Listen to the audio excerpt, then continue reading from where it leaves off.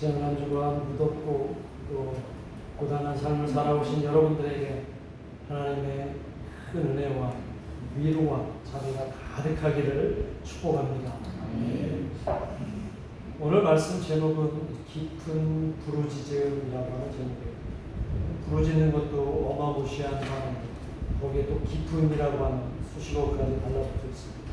도대체 얼마나 세게 부르짖어야 깊은 부르짖음이 될까? 그 말씀을 함께 오늘 나누려고 합니다. 많은 그리스도인들 가운데 즐겨 암송하는 구절이 있거나 아니면 꼭 마음에 깊이 이렇게 심어놓은 말씀의 성구들이 있어요. 많은 그리스도인들이 좋아하는 성구 중에 한 말씀이 바로 오늘 본문에 있는 말씀입니다. 특히 여러분 3절에 있는 말씀이, 이 말씀을 아마 많이 기억하실 거예요. 이 3절 말씀을 어떤 분들은 333 기도다 이렇게 얘기해요. 왜 333 기도예요? 예레미야서 33장 3절 말씀이기 때문에 333 기도다라고 해요. 한번 우리 이 333 기도의 내용 한번 읽어볼까요? 시작. 너는 내게 부르짖으라. 내가 내게 응답하겠고 내가 알지 못하는 크고 은밀한 일을 내게 보이리라. 얼마나 은혜가 되는 말씀이에요. 내게 부르짖으니, 여기서 내게가 누굽니까? 하나님께 부르짖으니 하나님이 너에게 응답하시겠고, 그 응답의 내용은 네가 알지 못하는 하늘의 크고 은밀한 일을 너에게 밝히 보여주겠다, 이 말씀입니다. 이 말씀이 얼마나 은혜가 됩니까? 그런데 우리가 성경을 읽을 때는 이 한 구절만 가지고 이해하면 물론 이 한 구절이 우리에게 큰 은혜를 주기도 하지만 이 한 구절만을 가지고 이 말씀을 그냥 달달달 외우고 누가 얘기하면 이 말씀만 그냥 이 손구만 얘기한다고 해서 은혜가 더 커지지는 않는 것 같아요.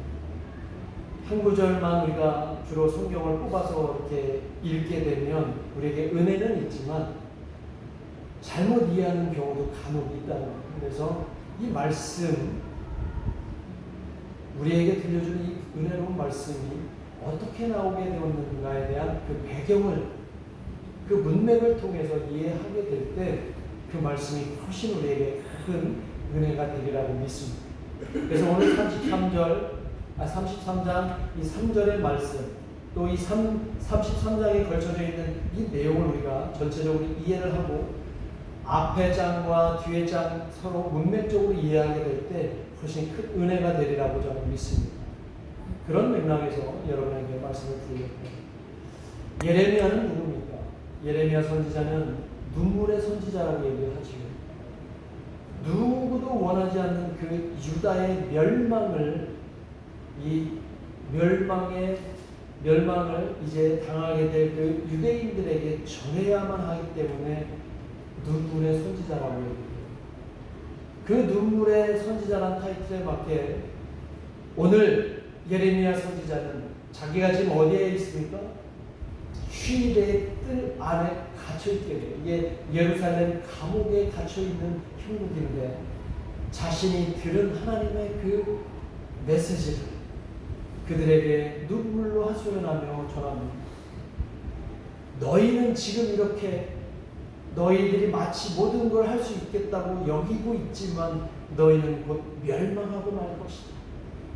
너희는 이제 고집 부리지 말고 제발 이제 그 너희를 향해 달려오는 바벨론에게 항복하고 하나님의 뜻에 따라서 너희는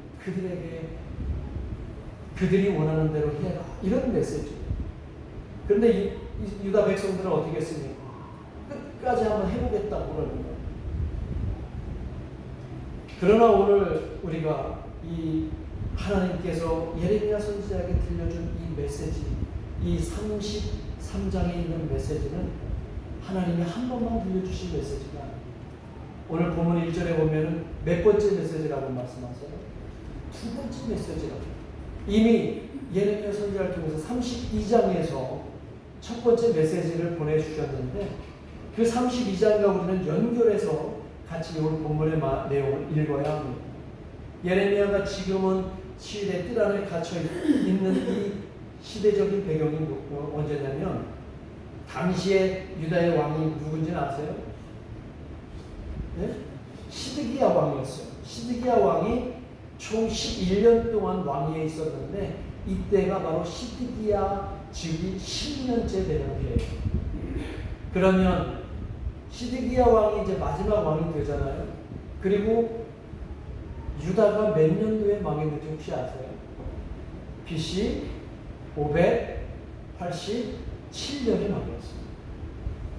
그리고 시드기야 왕이 즉위 11년째 망했으니까 오늘 본문의 배경은 언제라고 그랬어요?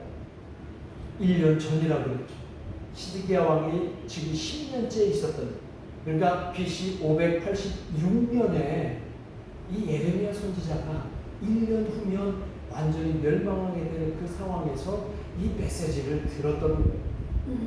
패망 직전의 상황에서 이 유다 왕국의 지도자들이 이 예레미야가 헛소리한다고 이 예레미야를 감옥에 가둬버린 거예요. 그 감옥에 갇혀진 매우 어렵고 힘든 상황에서 하나님이 그를 찾아와서 말씀을 전해주셨는데 몇 번의 말씀을 주셨을까요? 예? 몇 번의 말씀을 주셨을까요? 어떻게 이렇게 잘하세요? 3번의 말씀을 주셨어요. 그 첫 번째가 오늘 32장에 있는 첫 번째 말씀, 그리고 두 번째 말씀이 33장 오늘 본문에 있는 말씀인 거예요.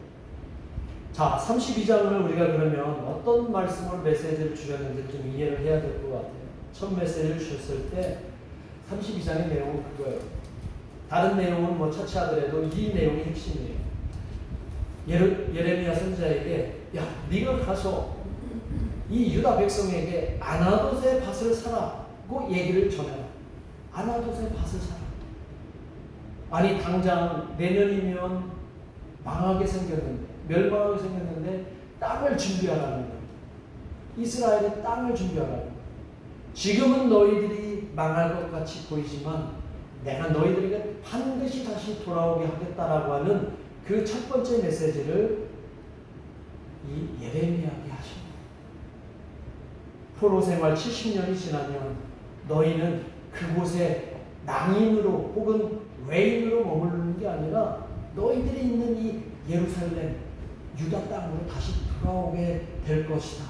너희가 경작할 땅을 미리 준비해놔라 이런 거예요. 그러니까 하나님이 이 유다 백성을 멸망시키지만 어떤 계획도 갖고 계시는 거예요. 다시 회복하시고 그들의 미래, 아직 오지 않은 미래를 준비하시는 하나님을 오늘 메시지를 통해서 알려주시는 거예요.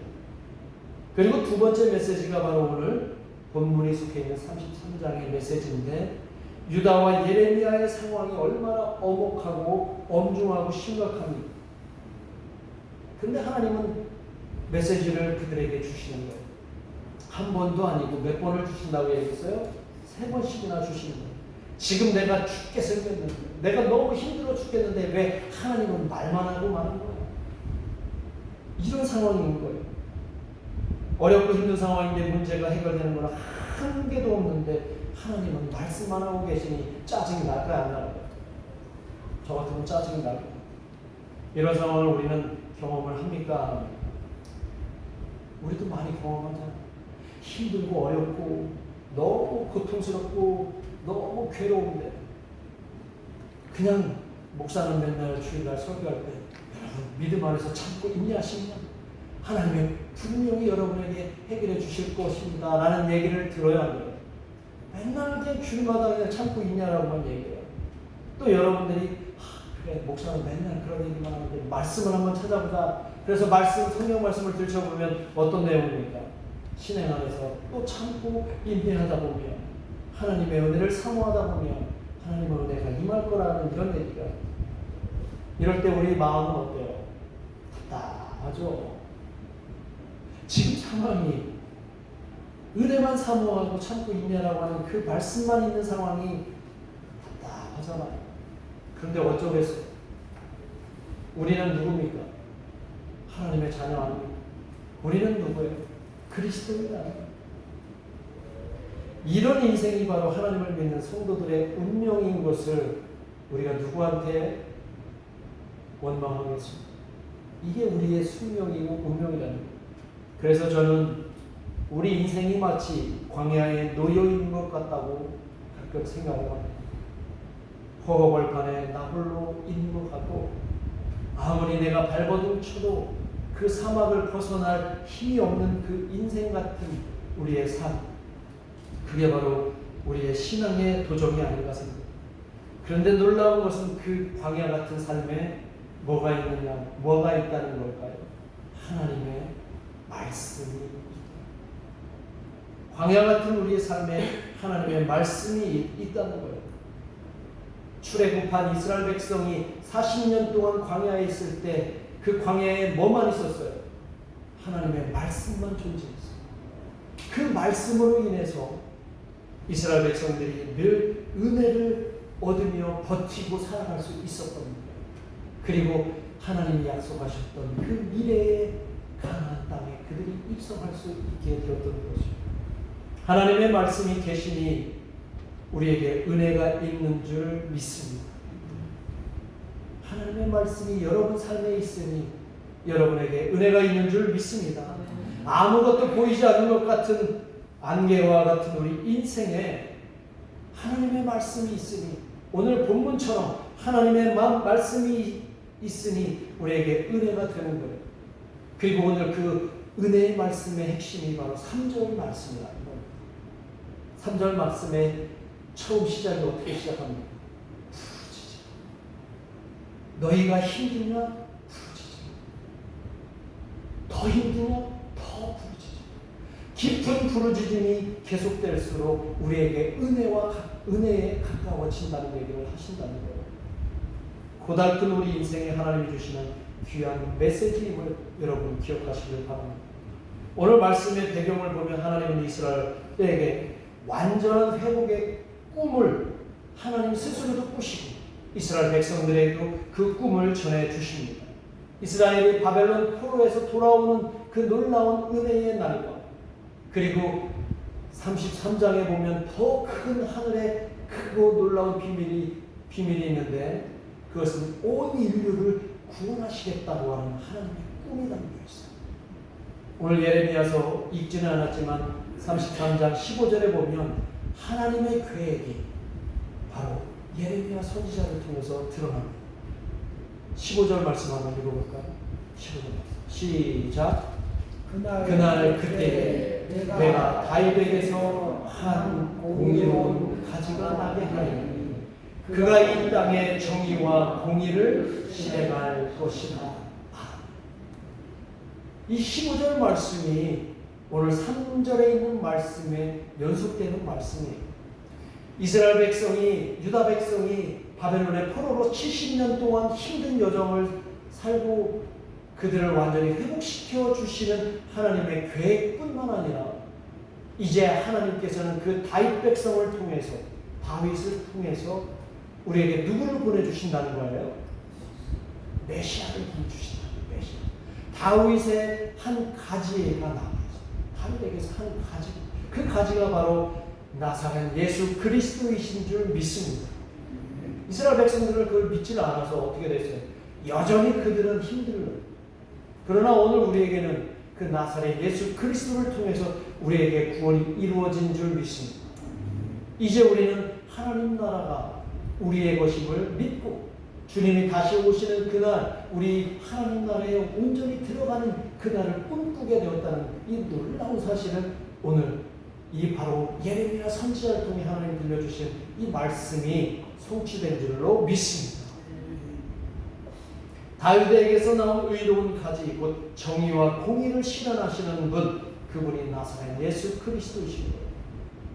오늘날 어목하고 힘들고 고단한 삶을 살아가는 고달픈 인생들에게 바로 우리가 살고 있는 이 현실이 하나님의 나라로 바꿔주실 구원의 메시아가 예수 그리스도이신 것을, 이것은 벌써 수천 년 전에 말씀하신 은혜인 것을 기억하시길 바랍니다.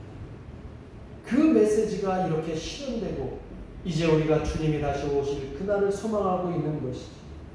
이것이 바로 오늘 3절에서 언급한 크고 은밀한 일이다. 이 크고 놀라운 비밀을 알기 위해서는 하나님이 뭐라고 말씀하셨어요? 3절에서 부르짖음. 오늘 설교 제목이 뭐예요? 깊은 부르짖음. 우리가 부르짖어야 이 놀라운 비밀을 알게 돼요. 그 비밀이 우리에게 성취된 것을 깨닫게 된다는 거예요. 부르짖음은 다른 말로 우리는 깊은 기도라고 얘기할 수 있습니다. 깊이 더 기도하면 하나님의 크고 은밀한 비밀이 우리에게 들려주는 줄 믿습니다. 여러분 얼마나 기도하고 계세요? 요즘 기도 많이들 하고 계십니까? 여러분 삶 속에서 기도 얼마나 하고 계세요? 너무 일상이 바쁘고 여러분의 삶이 치열해서 기도할 시간을 혹시 건너뛰고 계시진 않습니까? 우리가 말로는 삶이 기도라고 얘기를 하지만 그 삶이 기도가 되려면 어떻게 돼요? 깊은 하나님을 향한 부르짖음이 거기에 담겨 있어야 돼요. 하나님과 밀접한 교제가 있을 때 우리의 삶이 하나님께 드려지는 기도가 되고, 아니면 따로 시간 내서 하나님께 부르짖는 여러분이 되었으면 좋겠습니다. 우리의 크고 작은 현실의 문제를 하나님께 부르짖으면 분명히 풀리는 줄 저는 믿습니다. 왜 안 풀리는 걸까요? 부르짖지 않아서 부르짖어야 된다고 저는 생각해요. 바벨론 포로로 끌려갔던 자들이 돌아와 그들이 부르짖어 예레미야 선지자의 그 간절한 부르짖음을 통해서, 또 의로운 유다 백성들 가운데 간절한 부르짖음을 통해서 그들이 바벨론 포로로 돌아와서 그들의 아픈 상처, 아픈 고통들이 치유받고 회복되는 은혜를 입었던 것처럼 지금도 부르짖는 자들을 치유하시고 회복시켜 주시는 하나님의 그 은혜를 경험하시기를 주님의 이름으로 축원합니다. 넘어진 인생을 다시 일으켜 세워주시는 그 하나님께 이제 부르짖으며 온전히 나아가는 저와 여러분이 되어야 될 줄로 믿습니다. 그런데 이 부르짖음은 막 목에 핏대를 세우고 막 강력하게 기도할 때 하나님이 들으신다고 여러분들이 혹여 생각하고 있다면 그런 생각은 잠시 접어두시고, 여기에서 부르짖음이라고 하는 것은 역설적으로 말하면 나의 온 힘을 완전히 빼는 것이라는 것을 기억해요. 내가 하나님께 부르짖는다는 것은 나의 온 힘을 완전히 빼는 그 과정이, 우리에게 의사가 되시는 하나님은 병들고 부러진 우리를 치유하시기 위해서 먼저 어디에 우리를 누이실까요? 병원에 가서 수술받기 위해서 먼저 어디에 누워야 됩니까? 수술대에 누워야 되죠. 수술대에 누우려면은 그 수술대에 누운 사람, 환자는 자신의 모든 힘을 빼야 될 거 아니에요. 그죠? 그 모든 힘을 빼기 위해서 병원에서 뭘 투약합니까? 마취제를 투약하거나 수면 유도제를 투약하잖아요. 마찬가지로 수술대 위에서 환자가 자기 힘을 막 용쓰거나 자기 힘을 막 과시하면 더 이상 그 수술이 이루어질까요? 이루어지지 않을까요? 이루어지지 않지요. 마찬가지로 오늘 우리가 하나님께 부르짖는다는 의미는 우리의 가지고 있는 모든 혈기와 의지나 이런 것들을 다 내려놓고 하나님이 나를 치료하시게 내버려 두기 위해서 내가 수술대에서 온 힘을 빼고 누워있는 그 상태를 만들으라는 겁니다. 내가 수술대에서 힘을 쓰면 위험한 상황이 나타날 수 있다. 내가 수술대에 눕는 순간 내 힘이 완전히 사라지고 하나님의 힘만 작용하면 그 환자는 치유되고 나을 수 있게 되는 것입니다. 여러분, 사도 요한 아시죠? 예수님의 제자 사도 요한이 가장 힘들고 고통스러웠던 순간이 어디였을 것 같아요? 반모섬에 갇혔을 때가 아닐까요?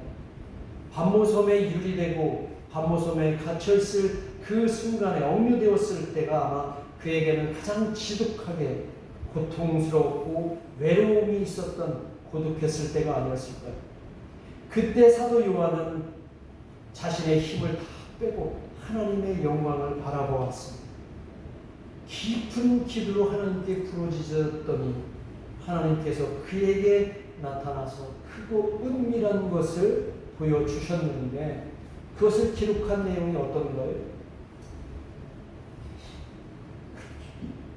반모섬에서 사도 요한이 기록한 게 뭐예요? 요한계시록. 하늘의 크고 은밀한 내용. 그런 상황에서 부르짖을 때 가능한 겁니다. 자, 사도 바울도 마찬가지입니다. 그는 죽을 고비를 수차례나 겪고 옥에 갇혀서 죽을 날만 기다리고 있을 때 하나님을 부르짖고 깊은 하나님과의 영적 내면한 교제를 있은 그 사도 바울에게 하나님의 크고 은밀한 비밀이 내려오게 되었죠. 그에게 보여지게 되었습니다. 그리고 그가 옥중에서 위대한 편지들을 쓰게 됩니다. 그 편지를 뭐라고 얘기합니까? 바울의 옥중서신이다. 이 옥중서신이 모든 교회, 바울이 세운 교회의 바로 신앙의 근원이 됩니다. 신앙의 추석이 되는 거예요. 그가 아무것도 아무런 힘도 발휘하지 않는 그 옥중에서 하나님께 깊이 부르짖었더니 그에게 하나님은 크고 은밀한 비밀을 알게 하셨다. 예레미야도 마찬가지입니다. 그가 아무것도 할 수 없는 상황에서 유다의 멸망 직전에 옥에 갇혀 있을 때 하나님의 영광과 비밀을 경험하게 되고 이스라엘의 회복과 온 인류의 구원을 가져올 그리스도를 바라보게 되는 은혜를 경험하게 됩니다. 어떤 목사님이 우리가 기도하는데 기도의 종류가 3가지가 있다고 이렇게 얘기를 해요. 첫 번째 기도는 종교심이 있는 기도다 이렇게 얘기를 하더라고요. 주로 이런 기도는 어떤 기도냐면 나에게 지금 막 발등에 불이 떨어진 상황에서 급한 상황에서 하는 기도예요. 하나님 이거 해주시고 하나님 저거 해주시고 하나님 저것도 주시고 하나님 이것도 주시고 하나님 저걸 막아주시고 이런 식의 기도를 종교심에서 발로한 기도라고 이렇게 얘기합니다. 그리고 두 번째 기도는 말씀의 기도라고 합니다. 기도를 할 때 우리가 늘 말씀의 안에서 기도를 합니다. 주님의 말씀이 이렇습니다. 하나님 이것을 놓고 기도합니다. 하나님 말씀에 하나님의 뜻이 담겨 있으니 그 뜻대로 기도하면 반드시 이루어진다고 하는 그런 믿음으로 기도하는 것이 바로 말씀의 기도라는 겁니다. 그리고 마지막 기도로 길은 없지만 길을 만드는 기도가 있다는 거예요. 사방이 꽉 막혀 있고 길이 없는 그런 무엇을 내가 하나님 앞에 구해야 될지 막막한 그런 상황에서 우리가 해야 되는 기도가 있다는 거예요. 그 기도는 어떤 기도냐면 내가 하는 기도가 아니라 성령이 말할 수 없는 탄식의 그런 탄식으로 구하게 하는 그 기도를 말합니다. 내가 하는 기도가 아니라 누가 하는 기도예요? 내 마음을 감찰하시는 성령님께서 탄식의 마음으로 기도하시는 그 기도랍니다. 이 기도는 바로 내 뜻과 내 의지를 내려놓고 하나님의 뜻만을 구하면서 부르짖는 기도를 말합니다. 이런 기도를 하게 될 때 우리는 세상이 알지 못하는 하나님의 큰 비밀을 깨닫게 되는 줄 믿습니다. 이것이 바로 하나님의 자녀들이 가지고 있는 특권이다. 이제 우리는 하나님 앞에서 부르짖는 기도를 해야 되는 줄 믿습니다. 여기서 아까도 말씀드렸지만 오해하지 말 것은 우리가 목에 핏대 세우고 큰 소리로 기도하라는 말 뜻이 아니라 나의 내면 깊이 저 깊은 곳에서 끓어오르는 간절한 기도를 하나님께 할 때 부르짖는 기도가 되는 것입니다. 이 말은 온 마음을 다해서 기도하라는 것입니다. 진실하게 기도하라는 거예요. 온 마음을 다해 기도할 때 하나님께서는 시편 기자를 통해 우리에게 들려주신 이 말씀대로 될 수 있습니다. 시편 50편 15절 말씀도 우리가 너무나 좋아하는 소구예요. 한번 같이 읽어보겠습니다. 시작. 환난 날에 나를 구하라. 내가 너를 건지리니 내가 나를 영화롭게 하리로다. 환난 날에 뭐 하라고요? 누구를? 아저씨를, 옆집 아저씨를, 누구를? 하나님을. 여러분, 하나님 부르시기를 바랍니다. 힘드십니까? 하나님 부르세요. 어려우십니까? 하나님 부르시기 바랍니다. 이번 한 주간 오늘 본문의 3절 333 기도의 그 말씀입니다. 오늘 10편 50편 15절 이 말씀 두 개를 가지고 여러분 인생 가운데 들이온 모든 어두운 기운을 다 몰아내시고 여러분에게 하나님의 크고 은밀한 비밀을 임해줘서 여러분 삶 가운데 늘 주님의 은혜가 차고 넘치기를 주님의 이름으로 축복합니다. 기도하겠습니다. 우리 함께 기도합니다. 우리가 얼마나 하나님께 부르짖고 있는지 우리 자신을 돌아봤으면 좋겠습니다. 습관적으로 의례적으로 신앙생활하고 있는 게 아닙니다. 하나님을 우리가 믿는다고 하면서 예수 그리스도를 나의 구원자라고 고백하고 있으면서 정녕 내가 하나님과 얼마나 내밀한 관계에 있는지, 내가 하나님을 얼마나 부르짖고 찾고 있는지 우리 자신을 돌아봤으면 좋겠고, 예수 그리스도가 나의 구원자라고 하면서 예수 그리스도께서 우리에게 이렇게 살라고 가르쳐 주신 그 말씀대로 정말 얼마나 잘 살고 있는지 이 시간 함께 하나님께 우리 자신을 돌아보며, 만약에 그런 삶을 살고 있지 못하다면 이제 하나님이 원하시는 삶, 예수 그리스도를 닮은 삶, 그런 삶을 살겠다고 이 시간 다시 한번 하나님께 약속하는 의미로 현재 기도하도록 하겠습니다. 기도하겠습니다. 하나님 아버지, 오늘 우리에게 들려주신 말씀을 통해서